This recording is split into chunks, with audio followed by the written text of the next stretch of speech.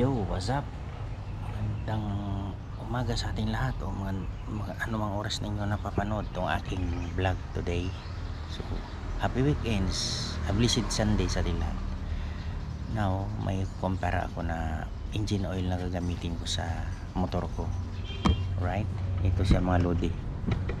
Ito yung dati kong ginagamit. R5000 na TW40 ng Suzuki X-Star.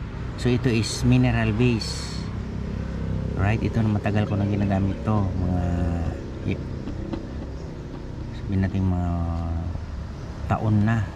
So ito ang ginagamit ko, itong X-Star ng Suzuki. So mineral base.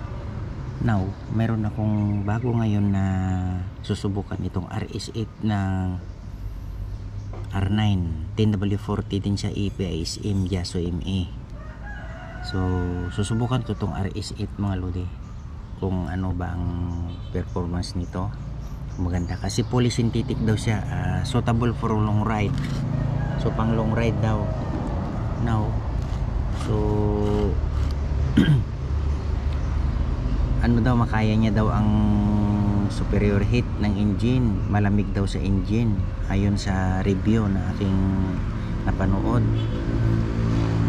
Now susubukan ko ito siya, so hindi ko pa naman siya matatry ngayon dahil kulang ng isa pa, dahil 1.3 ang capacity ng engine ng Raider FI. So bibili pa ako ng isa nito para lang ko siya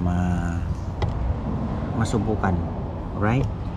Okay, so sa susunod na araw gagamitin ko ito. Alright, maraming salamat sa inyong panonood mga lodi.